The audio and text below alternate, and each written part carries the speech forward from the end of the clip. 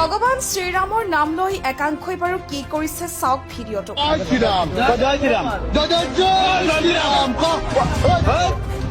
এগৰাকী মুছলমান যুৱতীক জয় শ্ৰীৰাম ধ্বনি দিবলৈ হেঁচা প্ৰয়োগ কৰিছে একাংশই।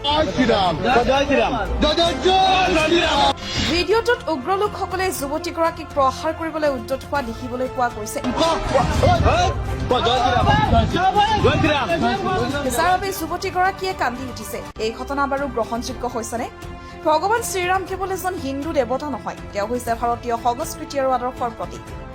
শ্ৰীৰামৰ নাম আৰু আদৰ্শৰ যুগে যুগে সকলো মানুহৰ বাবে এক পবিত্ৰ আৰু শ্ৰদ্ধাৰ বিষয়, কিন্তু অন্য ধৰ্মীয় লোকক জোৰ জোৰকৈ জয় শ্ৰীৰাম কবলৈ দিয়াটো জানো উচিত হৈছে? বৰ্তমান দেশৰ ভিন্ন প্ৰান্তত ধৰ্মীয় কেন্দ্ৰিক সংঘাত প্ৰায় দেখিবলৈ পোৱা গৈছে। কেতিয়াবা যদি কট্টৰপন্থী মুছলমানে হিন্দু লোকক সুধি সুধি কলিমা পঢ়িবলৈ দিছে আৰু কলিমা পঢ়িব নোৱাৰাত প্ৰহাৰ কৰিছে, আন কেতিয়াবা আকৌ হিন্দুত্ববাদী আন একাংশ